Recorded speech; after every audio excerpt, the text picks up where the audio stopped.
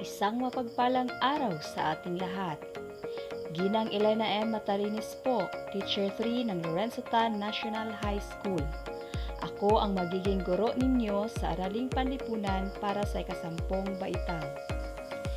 Excited na ba kayo para sa ating unang aralin?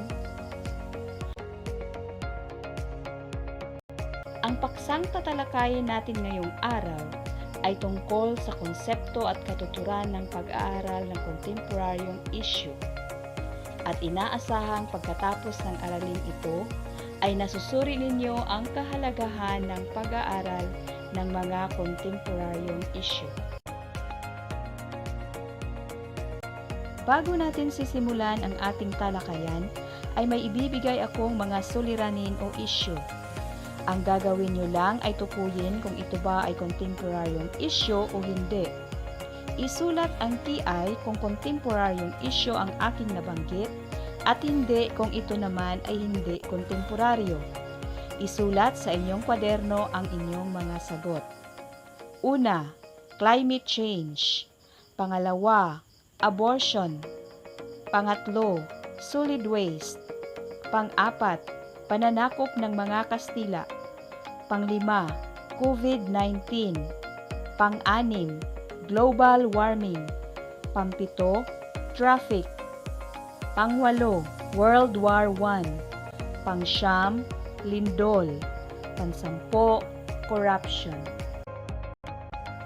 Maliban sa pananakop ng mga Kastila at World War I, ang lahat ng mga suliraning nabanggit ay mga kontemporaryong issue. Bakit kaya? Ano ang kontemporaryong issue batay sa mga suliraning nabanggit? Ang kontemporaryong issue ay tumutukoy sa mga pangyayari o ilang suliraning bumabagabag o gumagambala at nagpapabago sa kalagayan ng ating pamayanan, bansa o mundo sa kasalukuyang panahon.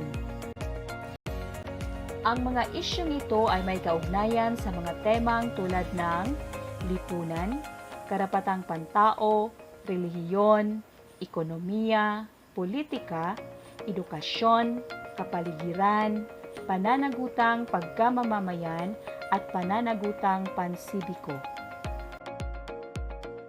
Para maituring ang isang pangyayari o suliranin na kontemporaryong issue, ito ay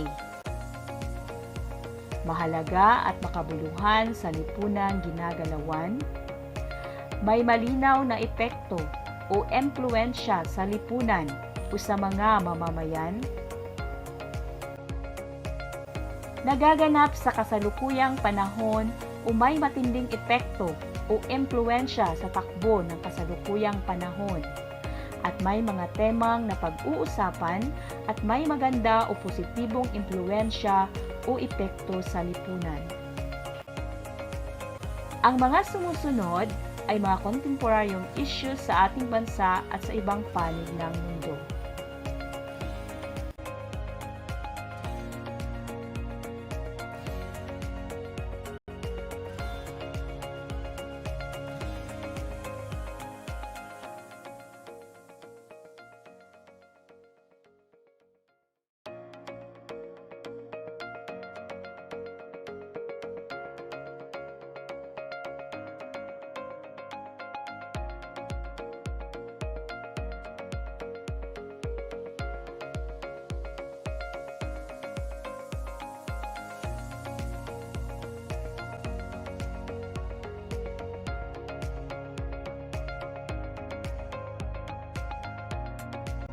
Hanggang dito lang po at maraming salamat sa inyong pakikinig.